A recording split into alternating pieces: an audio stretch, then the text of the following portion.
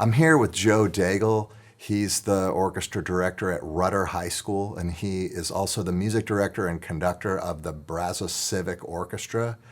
I'm glad to have Joe on the show. It's his first year. It was his first year this year as a high school director, and so we're going to get his thoughts on transitioning from middle school to high school.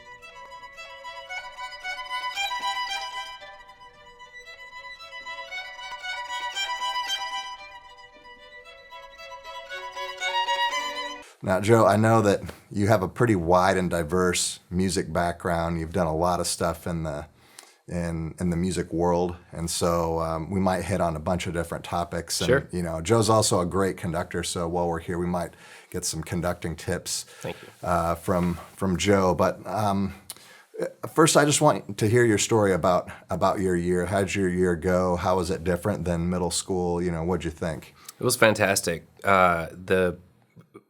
At first, I was a little, I won't say nervous, but a little hesitant just because I hadn't done high school before. And having taught 5 years at middle school, I felt very prepared for that level. But to take that up the next level, I was a little nervous, but it actually was a great fit. It went really well. It allowed me to teach things at a higher level and actually teach more musical things rather than just, you know, how to play the notes. Like we could actually say, well, how to play the notes well. And so that I really enjoyed that. It was a different approach from middle school where you're so much focused on fundamentals. I could kind of let a little bit of that go. Not all of it. You know, they need plenty of fundamental work, but it allowed me to let their inner musicianship really bloom. I've worked with other directors before that came in brand new, and they tried to change things too fast, you know, and they got a lot of pushback, and maybe a lot of the difficulties they had in the year were maybe because of that. What obstacles did you face? Well, you mentioned my conducting, and so one of the things I lead with is my conducting technique, and that's just because that's what I spent so many years training and working on. So I rely heavily on that during rehearsal, during concerts, and even during a rehearsal sequence. I'm relying on the ability to communicate with that ensemble. That was not my predecessor. That was not their focus or what they really were doing. So I had to retrain the group to say, no, you got to watch me. We're going to communicate. I'm going to give you musical ideas, and you're going to give them back to me through your instruments. And so that was a change. They weren't used to that. They thought I was just going to get up there and just, okay, well, here's the piece and let's go. No, we're going to make this interactive communication between conductor and ensemble. And so that was one of the changes I had to make. As far as like following, it's very interesting because the level of music, they had some success and really a good program and a good director before. It wasn't any issues. However, my perspective on success and theirs was a little bit different. And so we had to align those two things and kind of make it marry so that they understood, look, my expectations are going to be different than your previous director. That's okay. There's nothing wrong with what they did, but just we have different ideas about what is good and what is bad and how we want to move the program forward versus keeping it where it is. The logistics behind the program and running a high school program for the first time, that was different. And there was one of the blessings, I think, and one of the most wonderful aspects of it is that I created an orchestra council. And before they had orchestra members being leaders, and they had very assigned positions, so president, vice president, secretary, treasurer. And what I told the group this year, as I said, I don't want that. I don't want a hierarchy of you're the president, so you have this job. I want a group of students that are going to help me to make this program succeed. And so they took on that role, and I had 5 members apply and be accepted to be on the orchestra council.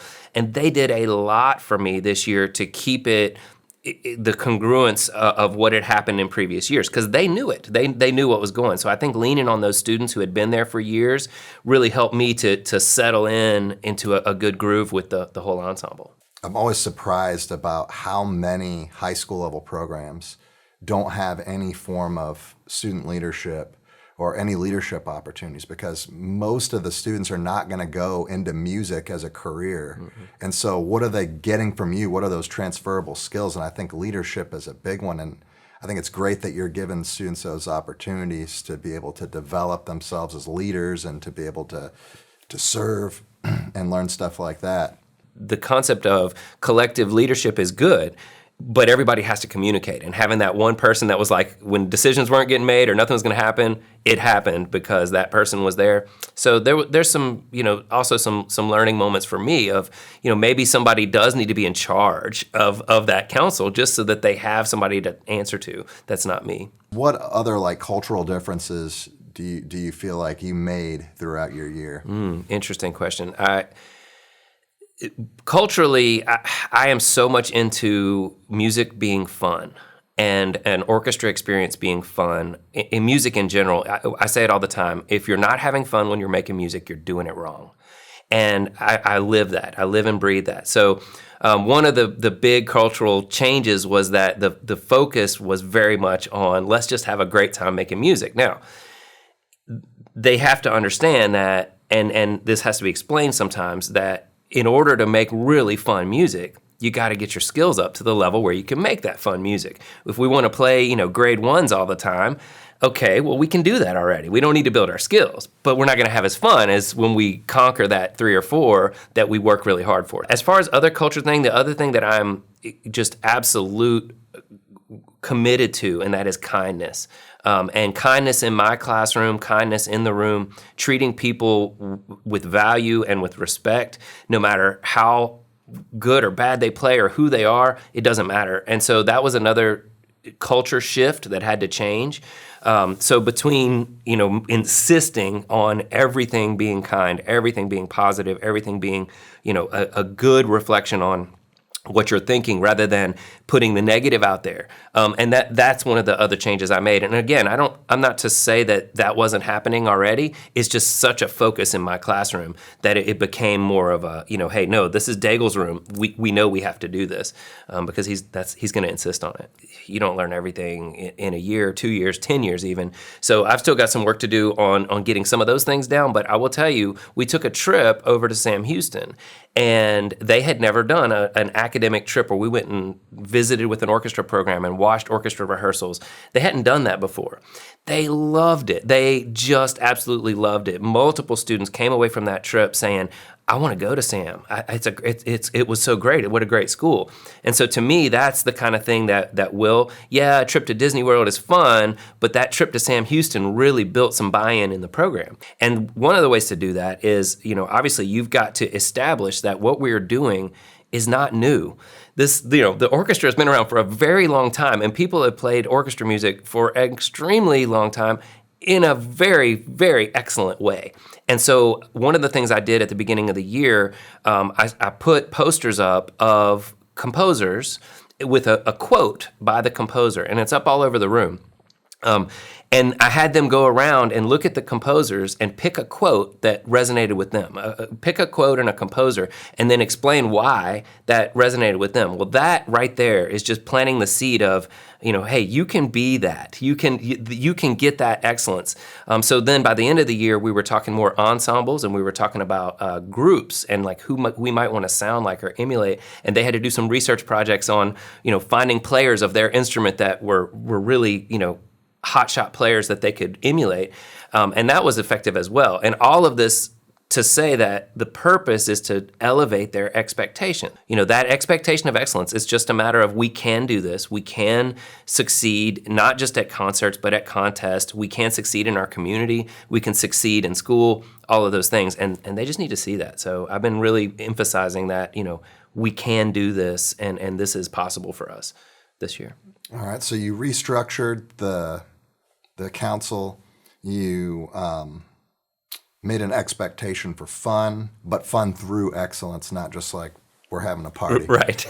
Yeah. And then you took them on their very first trip. They'd never gone on a trip before. I think they'd taken some trips, but never like a trip to a university. Okay. And so where we were going for an academic reason. We weren't going for a fun trip. We weren't going to do this. We were literally going to go watch. We watched a conducting class, and we watched a full orchestra rehearsal. Okay. And they learned a lot from that. They actually got to see music being made at a college level. And I think that's important because I think in middle school, you really think about music as something fun, as something that we do, but it's not, you don't see yourself necessarily as doing it on the same level. Whereas when you get to high school and you start to see those college level players, you can start to imagine, hey, this is only a couple years away from me. I could be that in that group. I could play that music. I could do this with them. And so that, their own expectations of excellence, trying to manipulate that in a way that they can really see themselves succeeding. That's cool. Anything else you feel like didn't work as well? Like if you had to go back and do it differently? Region. I did not get the participation. I was very surprised. I did not get the participation in region auditions that I'm already going to have for next year, because I've already got the students working on the music. They're thinking about it. They're into it and they want to do it. But I was just very surprised. I only had 2 students that wanted to do it at all, and I didn't understand. But as the year went on, I started to understand more, and I get it. And this is, again, that feeling that you can accomplish excellence. I don't think that had been built up in them enough to feel like they could actually succeed in this audition. And I feel like they didn't want to fail. And so they were afraid to go and play in front of other students and fail in front of other students. And I think that's going to take some time to change. But I would have loved to have more participation in region, and just from the technical aspect of learning that music and learning the scales needed to play that music and the etudes. It's so effective for everything else we do in class. And so getting more buy-in on region, definitely working on that for this year. What do you feel was the cultural barrier to that? Do you feel like it was, the work? Do you feel like it hadn't been established? Was there some kind of preconception about region that they might have had from before? I think so. I think it's really hard when students or anybody really, I think we're all like this, that if you perceive yourself as failing, and you perceive yourself as failing, and you perceive yourself as failing, it's really hard to convince yourself that you're going to succeed. And so I think that's part of it, is that they weren't seeing themselves as, I can actually make region. I'm trying to break those barriers down, and that's a challenge, but I do think it's a preconceived notion of whether or not you can be successful at something. If you've already given yourself a barrier that I'm not going to be as good as somebody else, then it's really hard to go work hard to go not be as good as somebody else. But when you believe that you can do it, then it's different. I know some schools require it. I know it's never been required at Rudder. It's never.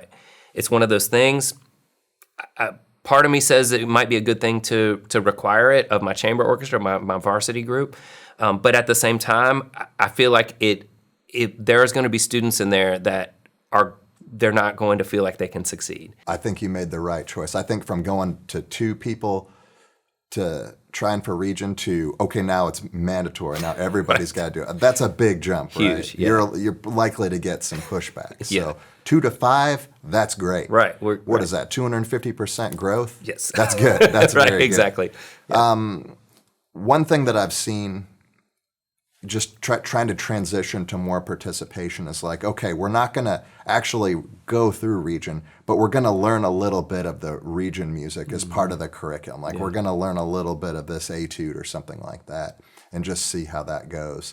And that way, by the time they're a senior, maybe it's like, okay, I'm ready to do the whole thing. Right on. And being able to stage it. I remember being a performance major, and I remember, of course, I did bachelor's and master's, and I remember having to schedule those practice hours. And I remember that if I didn't schedule it in the week, it wasn't going to happen. And asking some of these kids to schedule in enough hours where they can really be successful on that very, very difficult music, it's tough. Like you said, it's a big ask for us to expect that everybody would be able to do that. But I think the more and more I believe it will become contagious. I think the more and more students audition and have a successful experience, whether they make it or not, but the experience is good because they moved up in chairs in the orchestra because their skills got better, or maybe they found some success in the process of it. I think that's a good thing. So hopefully that becomes contagious, and more of them want to do it, and they want to succeed at it, and we'll see how that goes. But I think the key here is really that it's not about the individual. The region becomes so much about the individual, whereas orchestra class is not. It's all about, nobody wants to go home and practice their music by themselves because it's so much more fun to play in an orchestra with lots of other people. And so that's one of those things that I don't want to ever change the focus away from my class of, hey, this is all about how much you go home and practice. No, this is about, yes, I need you to learn your music, but ultimately it's about what we do as a group and how we build, how we go from where we are to the next level. Awesome, man. Hey, I really appreciate you coming on. Yeah, thank you. Yeah. Tell the viewers where they can find you. Where can they go to hire you, maybe as a region clinician or as a judge or as a consultant or something like that? Yeah, probably the easiest way to get a hold of me is through the Brazos Civic Orchestra, which is brazoscivicorchestra.org. And I can be reached through that. We're on Facebook. I think we have an Instagram as well. We have a board of directors that handles some of this stuff for me now, so I don't have to do it all anymore, which is awesome. But definitely interested in anything I can do to help. If you see some things that you'd love to ask me questions, I'd love to answer them. So that's probably the easiest way to get a hold of me. And then, of course, you can find me. I'm at Rudder High School in Bryan, Texas, and can definitely be found through the website there. All right. Thanks for watching. Joe, thanks for being here. Thanks again. Yeah, appreciate it. See you next time.